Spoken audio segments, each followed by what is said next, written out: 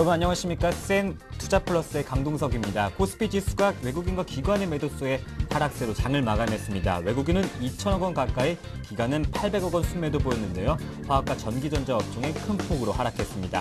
코스피는 1789선, 코스닥은 472선으로 장을 마감했습니다. 센 투자플러스 문자 상담과 또 전화로 두 가지 참여 방법 가능합니다. 02-3153-2613번 또는 013-3366-0110번 무료 문자 보내실 수 있습니다. 문자 보내실 때는 매수하신 종목과 비중, 가격, 궁금하신 점 함께 보내시면 저희가 종목 상담 친절하게 도와드리겠습니다. 네, 센 투자플러스 증권사 종목 리포트 정리로 시작해 보겠습니다. 동양증권 김동공 대리 연결해서 전문가들은 어떤 종목 관심 받아보고 있는지 알아보도록 하겠습니다. 김동공 대리님 안녕하십니까? 네, 안녕하세요. 네, 오늘 전문가들은 어떤 종목 눈여겨보고 있었습니까? 네, 첫 번째로 이제 HMC 투자증권에서는 네페스입니다. 메가트렌드의 거래선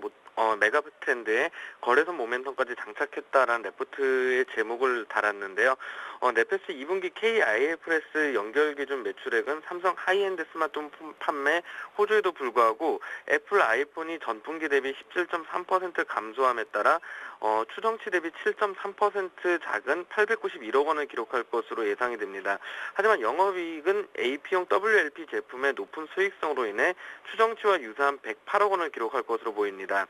KIFRS 개별 기준 매출액도 추정치 대비 4.4% 작은 666억 원을 기록할 것으로 보이지만 영업이익은 추정치와 유사한 102억 원을 기록할 것으로 전망이 됩니다. 특히 3분기부터 삼성전자 갤럭시 S 출하량이 1,900만 대 수준까지 증가하고 애플도 아이폰 5용 A6 칩을 생산할 경우 실적 모멘텀은 더욱 강화될 것으로 보입니다. 동사의 12인치 WLP 주요 거래선은 삼성전자와 브로드컴입니다. 애플은 삼성전자 시스템 LSI 사업부를 통해 간접 납품을 하고 있습니다. 싱가포르 네페스 PT의 경우 현재 전체 매출액의 65%가 삼성전자 그리고 35%가 브로드컴이 차지하고 있는 것으로 추정됩니다. 현재 12인치 WLP 캐파는 국내가 15,000장, 싱가포르는 25,000장이며 삼성전자 향이 35,000장 수준으로 추정됩니다. 주목할 만한 점은 이번 삼성전자가 인수하는 CSR의 모바일 사업과 브로드컴과 같은 제품을 만드는 회사입니다. 현재 브로드컴은 전 세계 와이파이 칩과 그리고 블루투스 칩 부분에서 세계 1위이며 CSR은 GPS 칩 1위, 그리고 블루투스 칩 2위, 그리고 와이파이 칩 3위를 차지하고 있는 회사입니다. 삼성전자가 CSR을 인수할 경우 전체 칩에 대한 파운더리 사업을 수행함과 동시에 WLP 공정을 삼성전자와 네페스가 직접 수행할 것으로 보입니다. 삼성전자의 시스템 LS 강화로 인해 네페스의 WLP 사업의 캐파 증설은 더욱 가속화가 될 것으로 보이고 연말까지 네페스의 WLP 캐파를 15,000장에서 25,000장에 늘린다라고 계획을 하고 있습니다. 이같이 삼성전자와 장기 동반 성장이 가능한 핵심 부품주라고 하면서 목표주가 24,000원을 제시했습니다. 두 번째로 현대증권에서 인터플렉스의 레포트를 발표를 했습니다. 제목은 큰 그림을 보라라고 하고 있는데요. 2012년 2분기를 살펴봤을 경우 예상치를 만족시키는 실적을 시현하고 있다고 하고 있습니다. 인터플렉스 2분기 IFRS 개별 기준 매출액과 영업이익은 각각 1,261억 원, 118억 원 수준이었습니다. 전분기 대비로는 매출이 소폭 감소했는데 이는 주요 고객사들의 전략 모델 런칭이 다소 지연되었기 때문입니다. 한편 각종 비용 통제 등 원가 절감 활동 및 일부 신모델 생산에 따른 수익성 개선 효과로 영업이익은 견조한 상태로 추정이 됩니다. 그리고 3분기부터 리레이팅이 제대로 시작을 하고 있다라고 하고 있는데요. 인터플렉스 3분기 매출액, 영업이익은 각각 2,085억 원, 192억 원이 전망이 되고 있습니다. 분기 매출액 2천억 원 돌파는 신공장 가동 및 수요 강세에 기인합니다. 3분기에는 갤럭시 S3향 납품 효과가 극대화되고 두 번째로는 애플 신제품들을 위한 납품이 본격화되는 시기임을 주목해야 합니다. 한편 시장 상황 그리고 주요 고객의 신제품 런칭 계획에 따른 인터플렉스 4분기 실적이 3분기보다 더 양호할 가능성이 높은 점도 흥미롭습니다. 그리고 밸류에이션 또한 매우 매력이 있는 상황인데요. 당분간 인터플렉스의 밸류에이션 프리미엄은 지속될 것으로 판단이 됩니다. 이는 삼성전자 애플 향의 이상적인 고객 구조가 지속되고 있고 2013년부터는 글로벌 스마트폰 제조사들의 대부분을 고객으로 확보할 전망입니다. 그리고 급성장하는 태블릿 PC 시장의 수혜가 기대되기 때문인데요.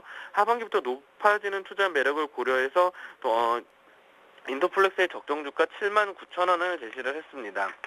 그리고 마지막으로 미래에셋증권회사의 현대위아입니다. 2분기 이익이 고성장이 지속되고 있고 매출 성장은 3분기부터 본격화될 전망이다라고 하고 있습니다. 2분기 영업이익은 전년 대비 48% 증가한 사상 최대 실적입니다. 현대위아의 2012년 2분기 매출액과 영업이익은 각각 1.7조 원, 그리고 1262억 원을 달성한 것으로 추정이 됩니다.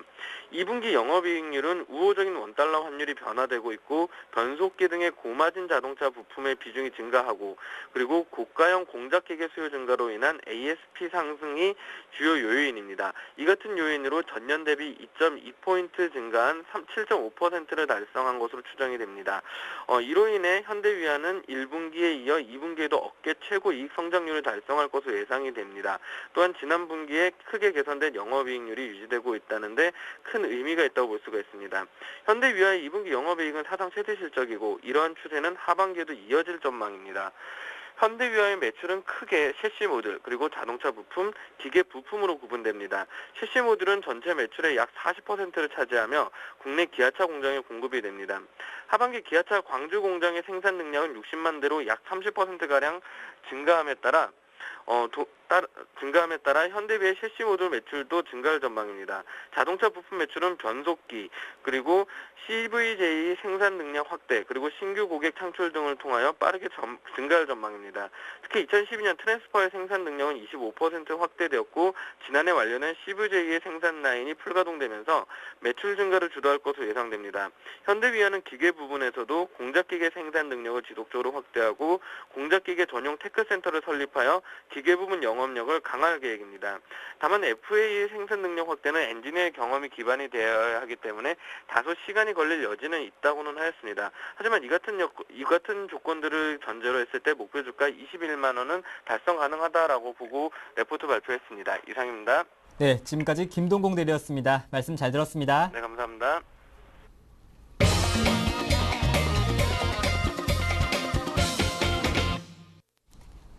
네, 그럼 센 투자 플러스 시청자와 함께하는 시간 가져보도록 하겠습니다. 오늘 저와 함께 수고해 주실 두 분의 전문가 소개해 드릴게요.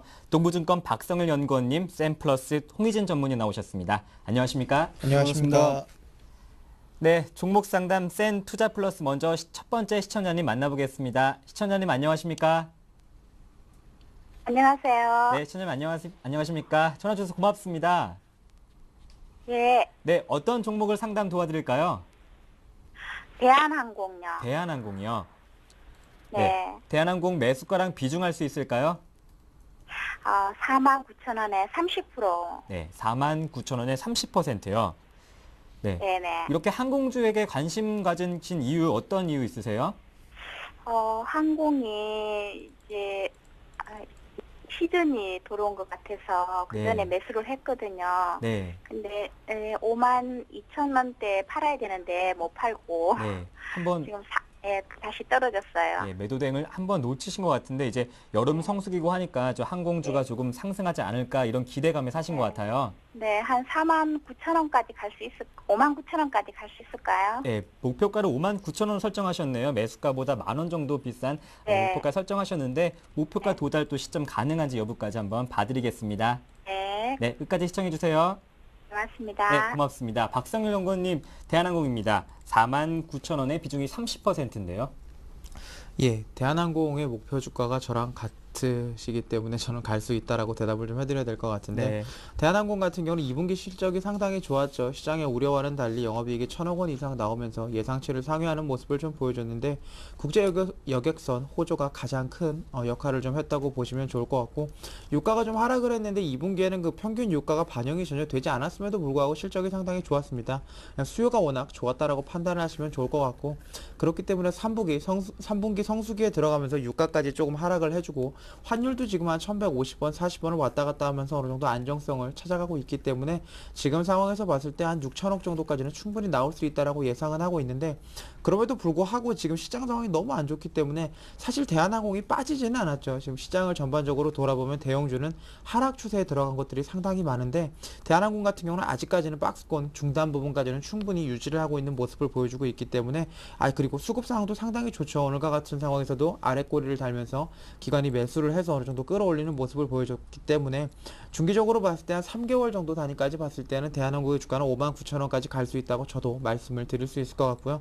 그럼에도 불구하고 일단 시장이 제 개인적인 생각에는 내일 그리고 모레 이번 주 하락을 좀 한다고 하면 단기적으로 상당히 어려워질 수가 있습니다. 직전 저점에 대한 지지가 계속되면서 어느 정도 수급이 개선이 돼야 주가가 올라갈 수 있는, 지수가 올라갈 수 있는 여건이 좀 마련이 되는 건데, 지금 상황으로 봤을 때 수급은 크게 개선이 되지 않고 있는데 저점은 계속 낮아지고 있기 때문에 여기서 저점을 강하게 이탈한다고 봤을 때는 순식간에 이 혼란스러운 물량들이 좀 나올 수가 있습니다. 그래서 로스컷 물량이 나온다고 하면 지수가 좀 어려워질 수 있기 때문에 로스컷 물량들 대부분 지금 프로그램을 통해 나오고 있기 때문에 대한항공도 아무리 실적이 좋다고 해도 이에서 자유로울 수는 없습니다. 그렇기 때문에 단기적으로 흔들릴 수 있다는 거 좀 염두에 두시면 좋을 것 같고요. 그렇기 때문에 손절 라인 먼저 제시를 해드리면 45,000원 정도에서 쌍바닥을 찍고 올라왔는데요. 45,000원대에서는 강하게 지지를 받아야 하고, 그렇지 못한다고 하면 일단은 지수가 전반적으로 어려워진다고 생각을 하시고 매도를 하시는 게 좋겠다라고 말씀을 드리겠고요. 개인적으로 10월달 전에 목표 주가 9월하고 10월 마지막 주에 연휴가 좀 있죠. 징검다리 연휴가 좀 있기 때문에 이때까지 해서 대한항공의 모멘텀이 조금 있을 거다라고 판단을 하고 있기 때문에 그 전까지 59,000원 가면 매도하시는 전략 말씀을 좀 드리겠고요. 비중이 30%시기 때문에 여기서 비중을 더 늘려가는 건 리스크가 상당히 크다라고 말씀드리겠습니다. 지금 상황에서는 종목은 최대한 조금만 보유를 하시고 현금 비중을 많이 늘려두시는 게 좋기 때문에 대한항공도 뭐 기회가 되신다고 하면 20%, 15%대까지 비중은 좀 내려두시고 목표 주가는 그대로 유지하시는 게 좋겠다라고 말씀드리면서 일단은 10월달까지 홀딩하시는 전략 추천드리겠습니다. 네, 또 대한항공에 대한 진단해드렸습니다. 잘 참고하셔서 또 현명한 대응 전략 세우시길 바라겠습니다. 네, 다음은 홍희진 팀장님께서 도와주실 종목인데요. 쌍용 머티리얼입니다. 매수가 2,350원에 비중이 22%인데요. 궁금한 신점은 매수가 근처 회복이 궁금하다고 하시네요. 홍희진 팀장님. 네, 자 일단은 뭐 기업 가치나 뭐 실적적인 측면 보면 충분히 좀 가능할 것 같습니다. 동사 같은 경우에는 모터용 자석을 생산하고 있는 기업이고, 세라믹 제품, 그러니까 세라믹 제품 같은 경우는 공작 기계에 대한 수요가 상당히 좀 크다. 그러니까 지금 전체적인 매출에서 봤을 때는 모터용 자석이 한 70% 가까이 좀 차지를 하고 있는데, 이제 그만큼 모터용 자석에 대한 부분이 상당히 좀 중요하다라는 걸 좀 말씀드릴게요. 근데 이제 모터용 자석 같은 경우, 그러니까 모터가 들어가는 부분, 그러니까 뭐 가전 제품 같은 경우 냉장고나 에어컨, 그다음에 자동차에도 굉장히 좀 많이 들어가고 세탁기에도 들어가죠. 그렇기 때문에 아무래도 모터 같은 경우는 지금 다방면에 상당히 좀 쓰이고 있는 그런 제품인 만큼 수요가 좀 안정적이다라고 지금 말씀을 좀 드려보도록 하겠습니다. 근데 이제 현재로서는 뭐 기업 가치, 그러니까 실적 이런 부분보다는요, 수급적인 부분에 조금 더 포커스를 좀 맞추실 필요가 있을 것 같은데, 주가가 3월달에 한 차례 좀 급등이 나왔습니다. 급등이 나온 상태에서 주가는 지금 241선 장기 평선을 좀 타고 올라가고 있죠. 그러니까 지금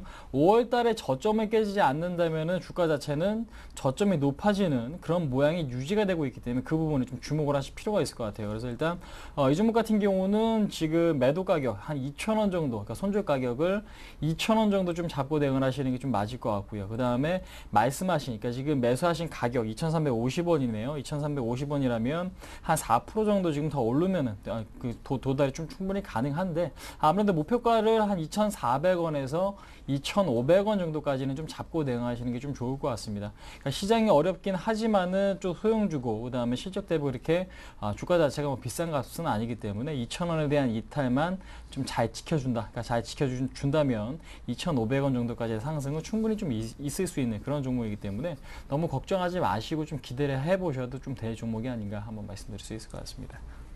네, 이어서 종목 소개해드리겠습니다. 삼성테크입니다. 매수가 76,643원에 비중이 10%인데요. 내일 하락하게 되면 추가 매수해도 될까 이렇게 문의하셨습니다. 아무래도 이제 매수 단가를 낮추고자 하시는 것 같은데요. 박성일 연구원님 어떻게 보십니까? 내일 하락하게 되면 추가 매수해도 될까요? 예, 삼성테크인 같은 경우는 지금 한 8%에서 9% 정도 손실을 보고 계신데 비중이 얼마 크지가 않습니다. 그렇기 때문에 IT 쪽에서는 견조한 수급을 가지고 있는 삼성테크인을 물타기 하시는 거 나쁘지 않다라고 먼저 말씀을 좀 드리겠고요. 최근에 이제 기관 매매 동향을 보면 누적으로 한 30만 주 정도 이번 달에 좀 사들이고 있는 모습 보여주고 있습니다. 3개월 정도를 보면 200만 주 이상 가지고 있으면서 이제 기관이 상당히 수급이 우량하게 가고 있는 종목이다라고 먼저 말씀을 드릴 수 있기 때문에 삼성전기나 삼성테크인 같은 경우는 2분기 실적이 예상외로 잘 나올 수가 있습니다. 특히 전기, 테크인 모두 다 삼성 쪽에서 가져가는 물량, 그리고 사업 쪽에서 부실 사업을 어느 정도 떨어내면서 테크인 같은 경우는 카메라 쪽은 정리를 모두 하고 일단은 본연의 사업이었던 이제 항공기 엔진, 터빈 그리고 파워 시스템과 특수 사업 분야에 다시 한번 집중을 하면서 기관에서 좋은 호평을 좀 받고 있다라고 말씀 말씀을 좀 드리고 있겠고요. 삼성테크윈도 방금 전 말씀드린 대한항공과 마찬가지로 지수가 하락을 했음에도 불구하고 저점 대비해서는 상당히 상승하면서 추세를 좀 만들고 있는 모습을 좀 보여주고 있고요. 지금 봤을 때는 직전 저점까지 거의 와 있는 상황입니다. 그렇기 때문에 7만 원대가 깨진다고 하면 매수를 한번 좀 10%는 들어가 볼 만한 상황이다라고 말씀드리겠고요. 테크윈 같은 경우는 이제 상당히 이제 투자자분들께서 10만 원, 12만 원대에 물린 주식들이 많습니다. 이제 주봉으로 보시면 예전에 한창 테크윈이 잘 나가던 때 이제 12만 원을 찍고 그 이후로 상당히 오랜 기간을 지지를 하고 횡보를 받으면서 이 구간에 있었기 때문에 8만 원대 돌파가 아직까지는 쉽지 않은 상황입니다. 지금 보시면 8만 원대 위로 있는 이 물량을 돌파하는 게 상당히 어려워 보이기 때문에 다시 한번 수급이 개선된다고 하더라도 8만 원까지 도달할 시에는 일단은 매도를 단기적으로 하는 게 좋겠다라고 말씀드리겠습니다. 시장 상황이 상당히 좋고 외국인 기관 모두 매수세가 좀 많이 있다고 하면 테크윈도 예전 물량이었던 이제 8만 원대를 좀 정리를 하고 9만 원, 10만 원까지 갈 만한 발판과 계기를 좀 마련할 수가 있을 텐데 지금 상황에서는 테크윈 자체적으로 영업 실적이 개선되는 호재가 있다고 하더라도 수급이 너무나 어렵기 때문에 당분간은 조금 단기 트레이딩 관점에서 접근하시는 게 좋겠다라고 말씀드리겠고요. 직전에 저점을 형성했던 68,000원에서 69,000원 사이에서 저점이 형성되지 못한다고 하면 6만 원 초반까지 밀릴 가능성도 충분히 있기 때문에 테크윈의 최대 비중은 30% 정도까지 한번 생각을 하시고 10%씩 물타기를 해나가시는 전략이 좋겠다라고 말씀드리겠습니다. 네, 여러분의 참여로 이루어지는 센 투자 플러스 참여 방법 두 가지 안내해드리겠습니다. 먼저 전화 열려 있습니다. 02-3153-2613번, 무료 문자는 013-3366-0110번입니다. 다음 두 번째 시청자님 만나보겠습니다. 시청자님 안녕하십니까? 네, 안녕하세요. 네, 전화 주셔서 고맙습니다. 네. 어떤 종목 네. 상담 도와드릴까요? 저 LS요. LS요? 네. 예, 매수가랑 비중 말씀해 주시겠어요? 네, 매수가는 평균 단가가 81,500원이고요. 네, 81,500원에 비중은 70%요. 비중이 70%요. 네네. 81,500원에 비중이 70%면 꽤 수익 보고 계실 것 같아요. 예. 네. 조금. LS를 또 70% 담으신 이유는 혹시 어디에 있으신가요? 원래는 한 90% 정도 있었는데, 예. 그러니까 이거를 그냥 샀다 팔았다 지금 2년 정도 보유를 하고 있거든요. 1년 반 정도 보유를 하고 있는데, 네. 그러니까 더 비중을 좀 늘렸다가 줄였다가 계속 그러고 있거든요. 근데 전 이거를 좀 장기로 예. 한 10만 원 정도 보고 장기로 가지고 갈 생각인데 요즘에 시장이 많이 불안하니까 그렇게 네. 해도 되나 싶어서. 네, 오랫동안 이제 매매해오던 종목인데 장기적으로 목표가 10만 원 도달 가능한지 여부가 궁금하신 것 같아요. 네네. 네, 저희가 그 점 좀 확인해 드리겠습니다. 네. 네, 고맙습니다. 네. 네, 또 큰 이익 보고 계신 시청자님이시네요. LS입니다. 매수가 81,500원에 비중이 70%라고 하는데요. 단기적인 목표가 10만 원 도달 가능할까요? 자, 일단은 매수하신 가격 대비 수익률이 그렇게 크지는 않은데 시장 상황에 비교를 해보면 엄청나게 좀 매매를 좀 잘하고 계신 부분이 아닌가 생각이 됩니다. 근데 이제 중요한 부분 말씀하신 대로 10만 원까지 목표가를 좀 설정을 하시고 계신데 충분히 가능합니다. 그러니까 기업 자체로만 보면 10만 원 그 이상도 충분히 가능하지만은 문제는 지금 시청자님께서도 느끼시고 있겠죠. 그러니까 지금 시장 상황이 그렇게 호락호락한 상황이 아닙니다. 그러니까 오늘 다행스럽게도 1780포인트가 종가상으로 지켜지긴 했지만은 여기서 그러니까 박스권 하단이 무너진다. 그러니까 지수상으로 봤을 때 지금 지수 차트를 보시면서 간단하게 좀 말씀드려보도록 할게요. 차트를 보시면은 이 라인, 그러니까 그동안의 지지선으로 형성됐던 라인이 무너지게 된다면은 아무리 좋은 종목이라도 대형주는 다 같이 한번 휩쓸릴 수밖에 없는 그런 구간이겠죠. 그래서 일단 가장 중요한 부분은 시장 자체가 일단 1780포인트가 종가상으로 이제는 좀 지지를 해주는 거 앞으로 상당히 좀 중요하다라는 거 조금 기억을 하시면서 좀 대응을 해보자 좀 말씀드려보도록 하겠고요. 그 다음에 지금 LS 같은 경우는 자회사들이 상당히 좀 우려합니다. 전선도 그렇고 니코동 재련도 그렇고 시장 점유율이 상당히 좀 좋은 기업들이 자회사로 좀 거느리고 있기 때문에 좀 경기가 좋아지면 당연히 수혜를 받을 수밖에 없는 그런 종목이다라는 거 좀 말씀드릴게요. 일단 그렇기 때문에 가장 지금 참고를 하셔야 되는 것 자체는 시장이고요. 시장이 오를 때는 이제는 상승세를 좀 같이 한다. 그래서 지금 비중이 70% 되시는데 굳이 여기서 비중을 줄이시라는 말씀 드리진 않겠습니다. 왜냐면은 현금을 갖고 굳이 현금을 갖고 계실 게 아니시라면은 이 종목 팔고 다른 종목을 사시나 아니면 이 종목 그냥 갖고 계셔서 수익을 보시나 결과는 제가 볼 때는 좀 비슷할 것이기 때문에 현재 이 종목은 뭐 그러니까 어느 정도 좀 현금에 대한 비중 줄이기를 하실 거 아니라면은 그냥 그 70%를 좀 유지하시는 전략으로 좀 가시는 게 좀 맞을 것 같고요. 그 다음에 지금 LS 보시면 이제 박스권을 형성을 하고 있죠. 박스권 구간이 지금 형성이 됐기 때문에 박스권 하단 라인이 여기서 무너진다면, 그러니까 지금 가격대로 봤을 때 83,000원, 그러니까 83,000원이 종가상으로 이탈이 돼서 무너진다면 그때는 절반의 비중을 좀 매도하시는 전략을 좀 가시고요.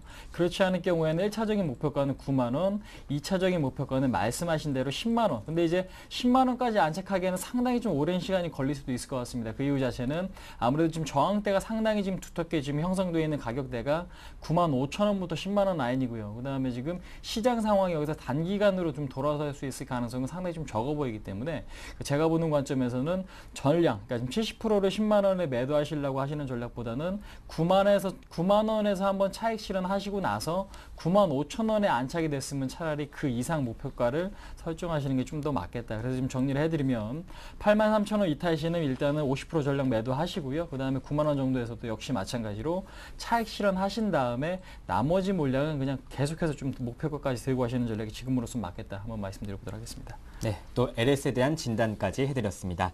다음은 문자로 들어온 상담 도와드리겠습니다. 대원미디어입니다. 매수가 9,326원에 비중이 20%인데요. 전체적인 진단이 궁금하다고 하십니다. 박성일 연구원님. 예, 대원미디어를 보면 지금 시총이 700억 정도 되는데 영업이익이 굉장히 안 나왔죠. 적자 뭐 1억, 6억 뭐 이렇게 나와 있기 때문에 지금 상당히 고평가 상황이다라고 보시면 좋을 것 같고요. 예전에는 100억까지도 충분히 나왔던 대원미디어가 이제 매출액과 영업이익이 모두 감소하는 아주 안 좋은 흐름을 좀 보여주고 있는데, 대원미디어가 주력으로 하고 있는 이제 게임기 유통이나 컨텐츠, 특히 일본 쪽 컨텐츠를 많이 유통을 좀 하고 있는데, 이런 것들이 국내 컨텐츠에 많이 밀리고, 특히 그 게임기 사업 같은 경우에는 스마트폰이 보급이 되기 시작을 하면서 이제 닌텐도 DS나 이런 것들을 하시는 분들이 많이 없죠. 수요가 많이 감소를 했기 때문에 이런 거에 대한 영향을 조금 직접적으로 받고 있다고 생각을 하시면 좋을 것 같고요. 그럼에도 불구하고 컨텐츠 사업이라는 게 워낙 한번 좋은 컨텐츠를 만나면 수익성 개선이라는 게 급격하게 이루어질 수가 있기 때문에 지금 주가가 상승하는 측면도 그런 거죠. 이번에 새로 런칭될 신제품에 대한 기대감이 반영이 되고 있는 거고, 그런 면들이 주가에 좀 나타나고 있는 건데, 그럼에도 불구하고 옛날에 증권사들이 이렇게 커버를 했던 대원미디어를 최근에는 많이들 추천을 하지 않는데, 오로라에 비해 이제 대원미디어에 대한 관심도가 많이 떨어져 있는 상황인데, 그만큼 아직까지는 실적 개선세가 나타나주고 있지 못하고 있습니다. 그렇기 때문에 제 개인적으로 봤을 때는 이제 9,000원이 고비인데요. 9,000원을 넘기고 나서 이제 10,000원까지 다시 한번 가려고 한다면은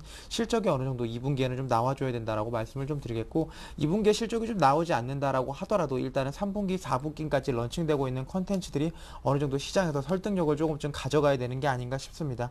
대원미디어 같은 경우는 예림당도 그렇고 대원미디어도 이제 오로라도 그렇고 실제로 기업이 흑자를 많이 내지는 않지만 해외 유통산업 같은 경우는 활발하게 하고 있는 상황입니다. 그렇기 때문에 중장기적으로 봤을 때 이런 업종들, 특히 이런 미디어 컨텐츠를 공급하고 있는 업종들은 한두 개 정도는 선별해서 가지고 있을 필요가 있다고 생각을 하고 있고요. 개인적인 생각에는 이제 세 개를 좀 잘 비교를 해보시면서 영업 실적과 매출세가 같이 개선이 되어 가고 있는 예림당을 좀 추천을 드리고 있는 편인데요. 대원미디어도 현재 상황에서 일단 실적을 보시면서 가져가는 게 맞기는 하겠지만 아직까지도 실적이 나와주지 않고 있기 때문에 여기서 한 번도 안 나온다고만 하면 과감히 같은 섹터에서 종목을 교체하시는 게 맞겠다라고 말씀드리겠고요.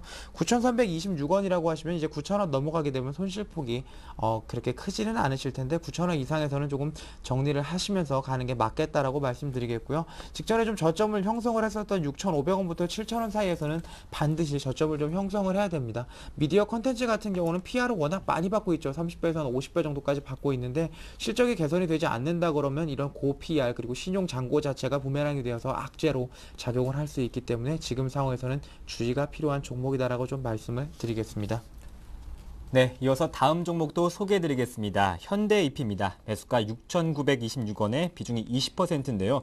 최근에 여러 번 급등 구간이 있긴 했지만 아직은 매수가 근처에 오르지 못한 가격대입니다. 홍희진 팀장님 도와주시죠. 자, 일단은 지금 비중은 괜찮은데요. 문제는 이제 매수하신 가격입니다. 그러니까 매수하신 가격이 상당히 좀 높고 옛날, 그러니까 올해 초나 아니면 작년에 매수하신 분이 아닌가라고 생각이 되는데 상당히 좀 오랫동안 좀 잘 참아 오신 것 같아요. 근데 이제 기업 자체 실적은 굉장히 좀 좋기 때문에 우려감은 크진 않습니다. 근데 이제 우려하는 부분은 뭐냐면은, 그러니까 제가 지금 우려스러운 부분은 시장이 여기서 만약 전저점을 이탈하게 될 경우에는 아무래도 모든 종목들이 충격을 받을 수밖에 없다라는 부분이겠죠. 그래서 일단 유럽발 리스크가 어느 정도 좀 완화가 되는 흐름이 나와주는지, 그 다음에 외국인들이나 기관의 수급이 개선이 돼야 되는데, 일단 이번 주, 그러니까 외국인들이 시장에 대해서, 그러니까 선물 매수가 계속해서 좀 유입이 된다면 시장은 지속적인 좀 안정세를 보일 가능성이 높기 때문에 때문에 그러니까 종목 자체보다는 일단은 시장, 그러니까 지금 시장 수급을 면밀히 좀 관찰하실 필요가 있지 않나라고 생각이 들고 있습니다. 근데 다행스럽게도 최근에 기관의 매수가 상당히 좀 많이 유입이 되고 있죠. 보시면은 기관의 매수가 유입이 되면서 주가가 한 차례 급등이 나왔습니다. 그러면 그만큼 기관이 매수가 들어오면은 주가는 오르고 반대로 기관이 사지 않으면 떨어지는 수급을 갖고 있습니다. 그러니까 지금 기관이 들어올 때 거래량이 증가하고 주가 오른 거 확인하실 수가 있기 때문에 기관의 추이가 무엇보다 좀 중요하다고 좀 보시면 될 것 같은데, 근데 제가 볼 때는 아무래도 이 종목 같은 경우에는 어느 정도 좀 시세 조정이 좀 나오고 있는 듯한 느낌이 좀 받는 게 뭐냐면요, 전저점을 이탈하자마자 주가를 계속해서 끌어올리고 있죠. 아무래도 중간에 개미털기, 그러니까 전저점 이탈을 하면서 개미 한번 털어주고 나서 주가가 계속해서 급등의 흐름이 좀 나오고 있기 때문에 당분간은 좀 강세를 유지할 가능성이 높다. 근데 이제 6,000원을 뛰어넘어야만 매수하신 가격 근처 6,500원 이상까지는 가능한데 6,000원에 대한 돌파 시도가 계속해서 좀 나오고 있는 시점에서 언제쯤 안착이 될지가 상당히 좀 중요하겠죠. 그래서 가장 중요한 부분은요,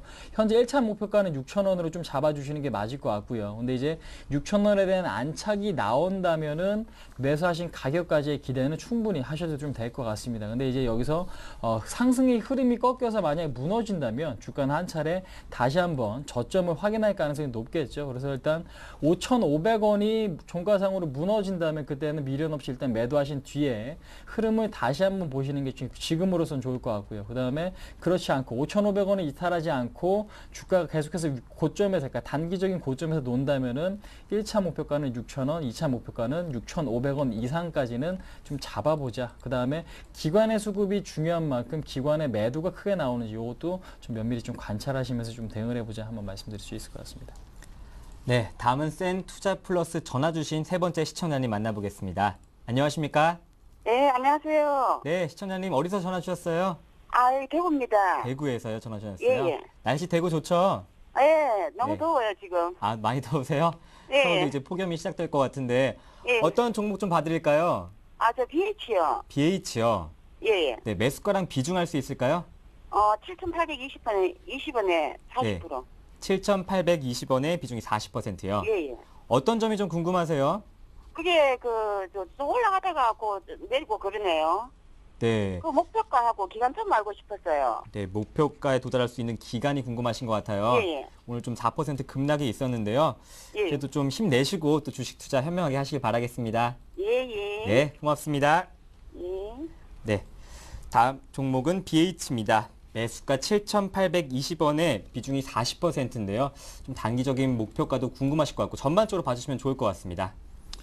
예, BH를 좀 말씀을 드리겠습니다. 종목 같은 경우는 선정을 잘 하셨죠. 삼성전자의 직접적인 수혜를 받고 있고, 전자가 잘 나가고 있는 건 이제 휴대폰 사업부 쪽에서 실적이 잘 나오기 때문인데, 이쪽에 직접적으로 공급을 하고 있는 모바일용 FPCB가 주력입니다. 그렇기 때문에 지금 보시면 시총이 1,000억인 BH가 매출과 영업이익 모두 다 증가하는 모습을 좀 보일 수가 있고요. 특히 영업이익 같은 경우는 140억까지 나와주고 있습니다. PR이 10배가 안 되죠. 반도체 장비가 10배가 안 된다고 하면 상당히 싼 가격권대에 있다라고 말씀을 좀 드릴 수 있을 것 같고, 지금 보시면은 이제 부채 비율도 줄어가고 있는 경우고 유보율도 들어가고 있는, 재무상으로 가장 우량한 상황에 놓여 있고요. 2분기 같은 경우는 이제 최대 실적이 예상이 될 만큼 갤럭시 S3의 판매가 호조를 보이고 있기 때문에 공장 가동률이 높습니다. 그래서 2분기 그리고 3분기까지도 충분히 보유할 만하다라는 말씀을 먼저 드리겠고요.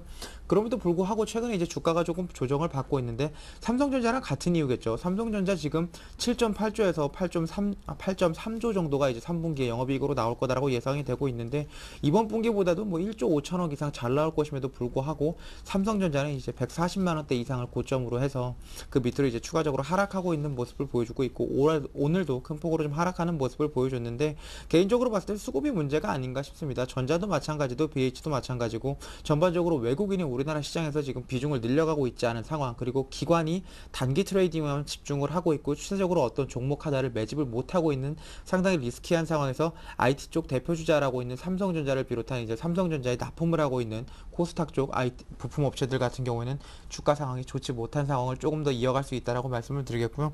그럼에도 불구하고 주가는 실적으로 결국은 귀결된다라고 판단을 할 수가 있기 때문에 3분기 삼성전자가 예상치대로 영업이익 최대치를 내보낸다고 하면 BH도 마찬가지로 3분기에는 직전 고점이었던 9,150원까지 도달할 수 있다라고 말씀을 드리겠고요. 10월과 11월 사이 정도까지 보시면 좋을 것 같습니다. 일단은 주식시장도 어느 정도 비수기라고 할 수 있는 7, 8, 9월 달에는 조금 어려울 거다라고 판단이 되고 있고요.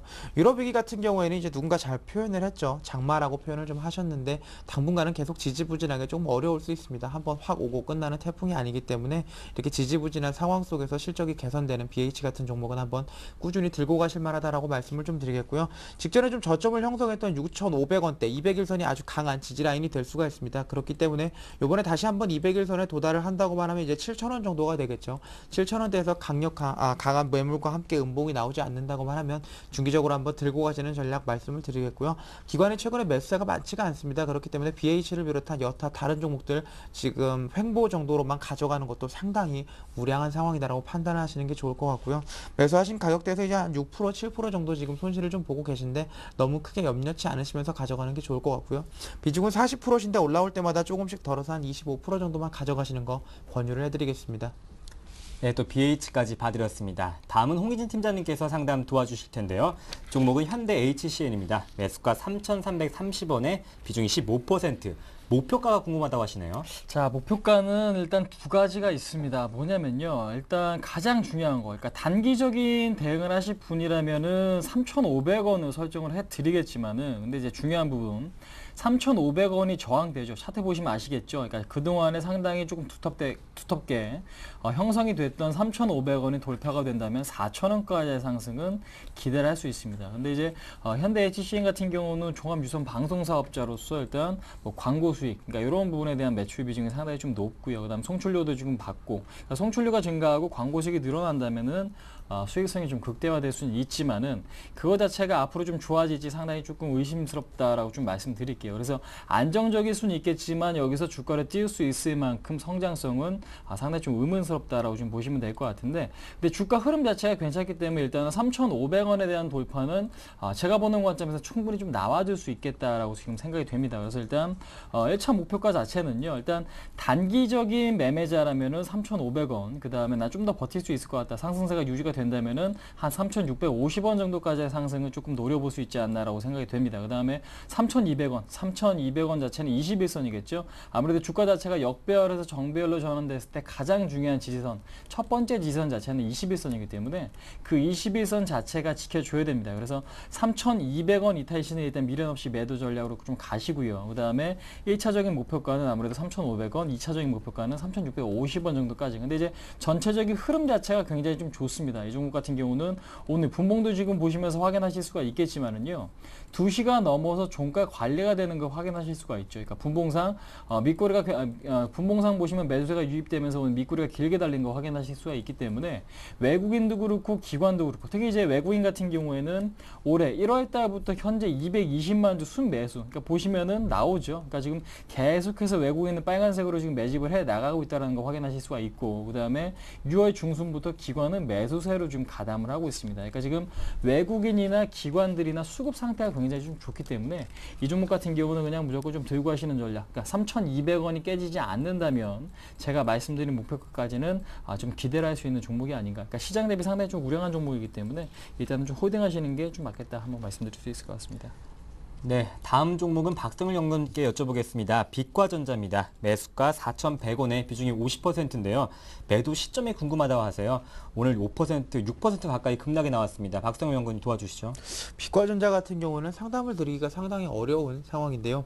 빛과전자를 매수를 하신 이유가 이제 안철수 테마랑 연결이 돼서 매수를 하셨다고 하면은 일단은 오늘 안철수 안랩 자체가 좀 하락을 했기 때문에 빛과전자가 하락했다고 보시면 좋을 것 같고, 그렇지 않고 이제 자체적으로 광 모듈 사업을 하고 있는 빛과전자의 펀드멘탈을 가지고 투자를 하셨다고 하면 지금 1년에 한 48억 좀 벌어들이고 있는 빛과전자가 시총이 260억 정도밖에 되지 않기 때문에 그렇게 비싼 구간은 아닙니다. 그럼에도 불구하고 그동안 시장에서 상당히 소외를 받아서 올리지 못했는데 지금 최근에 올라온 상황을 조금 쭉 돌아보면 결국은 안철수 교수 테마로 연결이 좀 되어 있기 때문에 지금 상황에서는 수급이 기관이나 외국인이 들어오지 않고 개인들끼리 조금 장난을 치고 있는 주식이다라고 보시면 좋을 것 같고요. 그럼에도 불구하고 회사는 굉장히 우량하기 때문에 수익률 대비 리스크는 상당히 잘 관리가 거래가 되는 종목이 아닌가 싶습니다. 이제 기존에 횡보를 했던 3,000원대를 깨고 내려갈 확률이 크지가 않습니다. 워낙 영업이익 대비해서 시총이 작기 때문에 돈을 벌어들이고 있는 회사가 3,000원 밑으로 내려가지 않을 거다라고 보시면 좋을 것 같고, 여기서 더 올리려고 한다면 이제 안철수 교수가 대통령이 되느냐 아니냐, 그렇지 않으면 이제 출마를 하느냐 안 하느냐, 뭐 이런 거에 대한 문제일 텐데, 그런 거에 대해서는 제가 특별히 논하기가 조금 어렵기 때문에 말씀드리기는 좀 어렵다라고 말씀드리겠고요. 차트상 분석만 조금 해드리면 일단 윗꼬리가 달릴 때마다 이렇게 거래량이 조금씩 터져주는 모습을 보여주고 있습니다. 그렇기 때문에 사실은 이제 빛과전자 같은 경우는 안철수 교수 테마 중에서도 1등주, 2등주로 분류가 되지 못하는 3등주 정도로 보시면 좋을 것 같고요. 테마주 하시는 분들께서는 이렇게 거래가 조금 없고 올라갈 때마다 윗꼬리를 조금 다는 종목 같은 경우는 차라리 하지 않으시는 게 낫습니다. 이럴 거면 차라리 안철수 연구 안랩으로 넘어가서 매매를 하시는 게 테마 하시는 분들은 좀 낫다라고 말씀을 드리겠고, 테마 때문에 들고 계신 게 아니라 펀더멘털 때문에 들고 계신다 것이라고 한다고 하면 3,500원 정도, 직전에 박스권을 형성했던 상단 부분인 3,500원 정도가 강하게 이탈되지 않는다고만 하면 중기적으로 한번 가져가 볼 만한 종목이다라고 말씀을 드리겠습니다. 여기서 팁을 한 가지 드린다고 하면, 종목이 아무리 좋다고 하더라도 테마 때문에 이제 개인 수급들이 들어와서 수급의 일변도, 그러니까 수급이 어느 정도 꼬여 있는 상황이 조금 발생을 한다고 하면은 펀더멘털 측면에서 올라가는 데는 상당한 오랜 기간이 걸릴 수가 있습니다. 그렇기 때문에 제 개인적인 생각에는 뭐 안철수 연구소 그 안랩이 다시 한번 상승을 해서 재차 기회를 준다고 하면은 조금 4,100원 정도에선 빠져 나오셔서 테마를 하신다고 하시더라도 대장주 쪽으로 가는 게 맞다라고 말씀드리겠습니다. 네, 센 투자 플러스는 여러분의 참여로 이루어질 수 있는 프로그램입니다. 두 가지 참여 방법 안내해 드릴게요. 전화 02-3153-2613번 또는 무료 문자 013-3366-0110번 무료 문자입니다. 다음 종목 이어서 소개해 드리겠습니다. 2793번님께서 보내주셨는데요. 답답한 마음에 두 가지 종목 함께 보내주셨습니다. GS 68,000원에 10%, 또 현대건설 9만원에 15% 이렇게 보내주셨는데요. 두 가지 종목 다 하락하고 또 손해보고 계십니다. 추가 매수해도 될까 이렇게 문의하셨는데요. 홍희진 팀장님. 자, 일단은 시장 얘기를 먼저 안 드릴 수가 없겠죠. 근데 중요한 부분 GS나 현대건설이나 우리나라를 좀 대표하는 기업들이죠. GS, GS 칼텍스 자회사를 좀 갖고 있고, 정유, 그러니까 지금 기름값이 올라와서 매출액이 증가되고 거기에 맞는 이익이 창출이 되면 당연히 주가는 올라갈 수밖에 없습니다. 그래서 정유 업종의 가장 중요한 부분은 경기입니다. 그러니까 경기가 안 좋아지면 주가는 탄력적으로 빠지고요. 그러니까 더 빠진다는 얘기겠죠, 시장보다. 그다음에 경기가 좋아서 시장이 오르면은 시장보다는 좀 더 강한 흐름이 나타나는 게 정유 업종의 특징이죠. 예, 그런 측면에서 봤을 때 가장 중요한 게 이제 글로벌 경기 자체가 좋아지느냐 마느냐, 그것이 상당히 좀 중요한 게 이제 GS다라는 거 좀 말씀드리겠고, 현대건설 같은 경우는 시공능력 평가 1위겠죠. 그러니까 우리나라 지금 최고의 건설사인데 아무래도 중요한 부분 자체 역시 마찬가지인 것 같습니다. 그러니까 중동 부분에 대한 수주가 좀 늘어나면, 그러니까 지금 오일머니가 많아져서 그들 국가가 발주가 늘어나면은 수혜를 받을 수 있는 게 현대건설이기 때문에 현재로서는 두 종목 모두 다 경기에 상당히 좀 민감한 그런 업종이다라는 거 좀 말씀드릴게요. 근데 이제 GS부터 지금 차트를 보시면서 간단하게 좀 말씀드리면요. 일단은 저점이 높아지고 있고 고점도 낮아지고 있는 패턴이 나와주고 있습니다. 그러니까 지금 여기서 어떤 방향성이 나와주는지가 상당히 좀 중요한데요.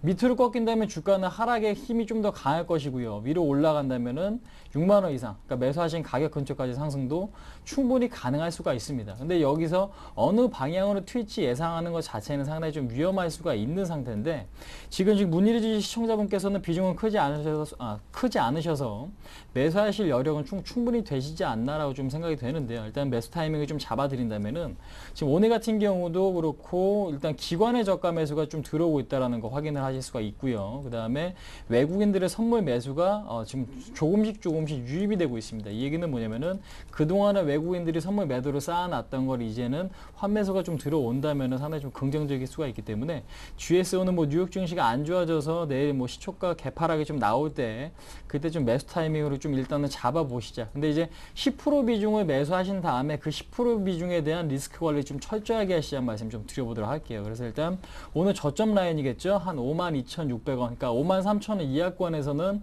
10% 비중을 더 싣되 그 10% 비중은 손절 라인을 굉장히 좀 타이트하게 잡으시는 게 좋을 것 같습니다. 그 10% 사신 것은요, 5만 원이 무너졌을 때는 무조건 손절하시는 전략으로 좀 가져가시는 게 지금으로서는 맞겠다. 그래서 53,000원 이하권에서는 추가 매수 충분히 좀 가능하시고, 그 다음에 1차적인 목표가는 6만 원, 그 다음에 손절가 같은 경우는 5만 원으로 좀 잡고 접근하자 좀 말씀드려보도록 하겠고, 그 다음에 두 번째 종목이죠. 현대건설 같은 경우에는 좀 마찬가지인 것 같아요. 그러니까 지금 정유업종보다는 건설업종의 힘이 좀 더 약한데 전저점이 좀 이탈이 됐죠. 근데 이제 매수하신 가격 9만 원까지 가기 위해서는 상당히 조금 많은 시간이 좀 필요로 하고 그다음에 실적 모멘텀이 좀 부각이 돼야 될 것 같은데 아무래도 올해 하반기보다는 내년까지 좀 보시는 전략이 아무래도 좀 좋아 보인다라고 생각이 되어지고 있습니다. 그래서 일단 지금 현대건설 같은 경우에는 추가 매수는 일단은 조금 더 보류하시고요. 지금은 일단은 굳이 손절하시는 전략보다는 그러니까 지금 리스크 관리보다는 나중에 저가에서 추가 매수하실 생각으로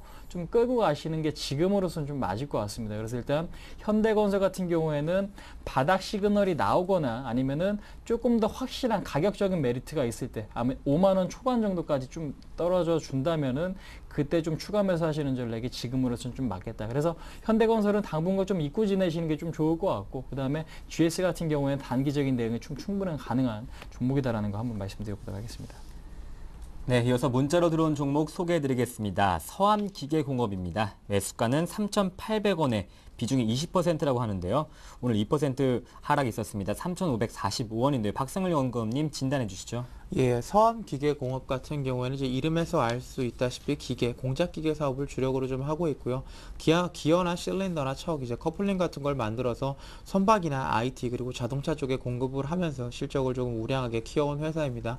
최근에 이제 트렌드를 좀 보자고 하면은 기존에 이제 삼성전자나 현대자동차, 우리나라의 양대축이라고 할 수 있는 IT와 전자가 상당히 호황을 누리면서 시장을 이끌어왔기 때문에 서암기계공업도 그에 따른 수혜를 봐왔고요. 그렇기 때문에 지금 영업이익률 꾸준히 20% 이상 상승하고 지금 재무제표를 보시면 올 한 해 같은 경우, 작년 한 해 같은 경우는 아주 큰 폭의 성장을 조금 보여줬죠. 300억에서 400억대 그리고 올해는 다시 500억대까지 올라서는 영업이익도 현재 100억이 넘어서고 있습니다. 시총을 고려해보면 굉장히 싼 구간이 있으면은 분명히 확실하다라고 말씀을 좀 드릴 텐데 그럼에도 불구하고 일단은 현재 현대자동차와 삼성전자 그리고 현대중공업을 비롯한 대부분의 전방 산업이 조정을 좀 받고 있고 업황에 대한 우려가 조금 많이 시장에 반영이 되고 있기 때문에 서암기계공업도 그에 따른 영향을 조금 받고 있다라고 보시면 좋을 것 같고요. 그럼에도 불구하고 워낙 실적상 싼 가격대에 들어와 있기 때문에 저점을 좀 형성을 했던 3,250원대를 깨고 내려가지는 않을 거다라고 판단을 좀 하고 있습니다.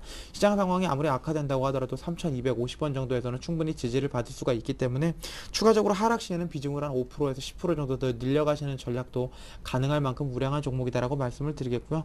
직전에 저점을 찍었던 게 이제 4,200원 정도가 되겠죠. 이제 4,200원부터 이제 3,250원 정도 박스권에서 대응을 하시는 게 맞을 텐데 우리나라 시장 전반적으로 너무 작은 종목들이 잘 되는 경우가 없습니다. 뭐 바이오나 엔터 같은 경우는 좀 예외적이다라고 말씀드리겠지만 IT나 공작기계 그리고 자동차 부품 같은 경우에는 PER 10배를 넘기가 좀 쉽지가 않죠. 우리나라 시장의 특성이자 우리나라 펀드나 외국계 펀드들 대부분이 다 대형주를 워낙 선호를 하기 때문에 그런 특성들을 조금 잘 생각을 하셔서 개인적으로 봤을 때는 박스권 하단 부분에서 좀 매수를 하시고 박스권 상단 부분에서는 조금 매도를 하시는 게 좋을 것 같고요.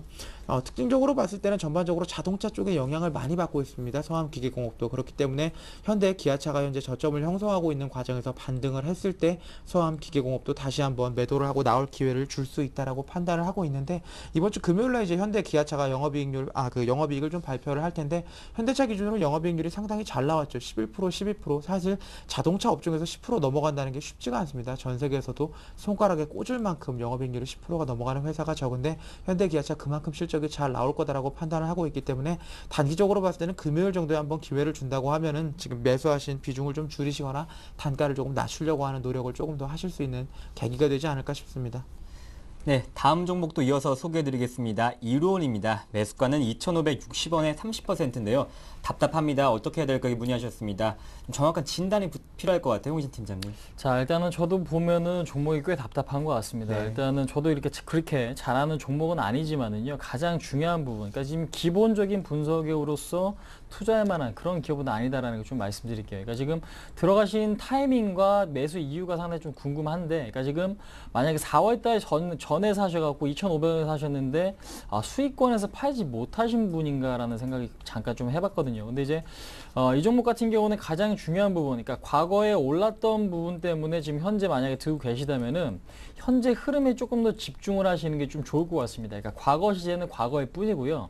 현재 흐름 자체가 나쁘지 않아야만 미래에 오를 수 있거든요. 예, 그런 측면에서 조금 더 집중을 하실 필요가 있는데, 동사 같은 경우는 지금 통신사업, 그러니까 지금 통신망 서비스에 대한 수혜를 받을 수 있는, 그러니까 통신에 대한 설비 투자가 늘어나면은 수혜를 받을 수 있는 그런 기업인데, 가장 중요한 부분 자체는 올해 1분기 매출액이 21억밖에 나오지 않았다라는 부분이겠죠. 그러니까 기업에 있어서 가장 나쁜 게 매출액 감소입니다. 그러니까 영업이익률이 안 좋아지면은 그것이 나중에 좋아질 가능성은 높지만은 매출액이 감소하면서 영업이익이 감소한다는 것 자체는 기업에 상당히 좀 치명적인 타격이 될 수 있기 때문에 현재로서는 그런 부분, 그러니까 장기 투자보다는 단기적인 대응으로서 좀 접근하자라는 거 좀 말씀드릴게요. 그래서 일단 가장 중요한 지지선 자체는 2,330원입니다. 그러니까 2,330원이 무너진다라면 그때는 미련 없이 매도 잘라내시는 전략으로 좀 가시고요. 그 다음에 1차적인 목표가 자체는 2,700원 정도, 그러니까 현재 가격에서 한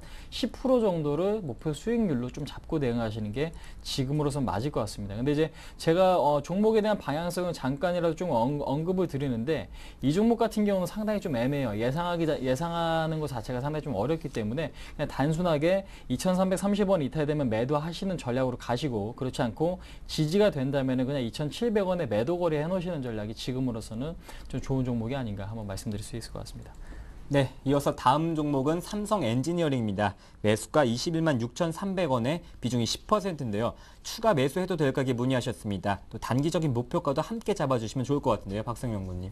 개인적으로 봤을 때 저는 건설주는 전반적으로 지금이 투자 시기다라고 좀 생각을 하고 있습니다.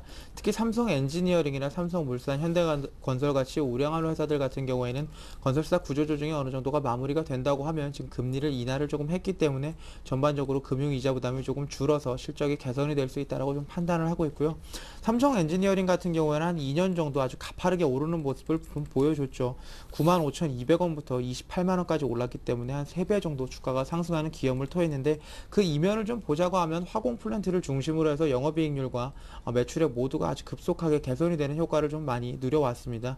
최근에 이제 주가가 지지부진하는 이유를 좀 보자고 하면 실적이 나쁘지는 않습니다. 물산과 비교해서도 삼성 엔지니어링이 건설 부분은 훨씬 더 잘하고 있는 모습, 매출액 5조 이상을 끊어주면서 이제 증권사와 대부분의 애널리스트들한테 아주 큰 호평을 받고 있는데, 그럼에도 불구하고 현대기아차도 마찬가지로 이런 성장성에 대한 의문, 특히 삼성 엔지니어링 같은 경우에는 그동안 보여왔던 이런 고성장 수주 동력 자체를 계속 이어갈 수 있겠느냐에 대한 의문에 아직은 답을 주지 못했기 때문에 주가가 조금 하락했다고 보시면 좋을 것 같고요.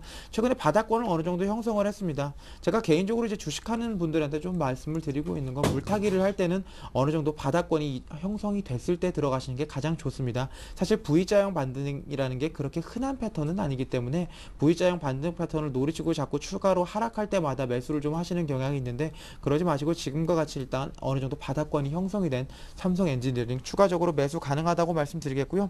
21만 6,300원에서 사셨다고 하면 사실 싼 가격에 사신 거는 아닌데 비중이 10% 정도밖에 되지 않기 때문에 25%까지 비중을 늘려간다고 생각을 좀 하시고 17만 원대 초반에서는 매수를 좀 적극적으로 해도 괜찮다라고 말씀드리겠습니다.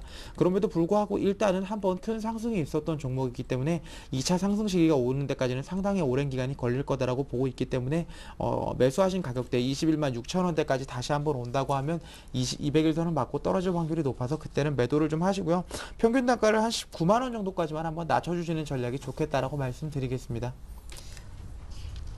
네, 센 투자 플러스는 여러분의 종목 상담으로 이루어지고 있습니다. 많은 또 참여 부탁드리겠습니다. 오늘 저와 함께 쓰고 계신 두 분의 전문가 소개해드리겠습니다. 동부증권 박성일 연구원님, 센 플러스 홍희진 전문위원과 함께했습니다. 두 분 말씀 잘 들었습니다. 감사합니다. 네, 센 투자 플러스는 여러분의 참여 방법 두 가지로 참여 가능합니다. 언제든지 신청해 주시고요. 여러분의 참여 기다리겠습니다. 저희는 내일 뵙겠습니다. 시청해주신 여러분 고맙습니다.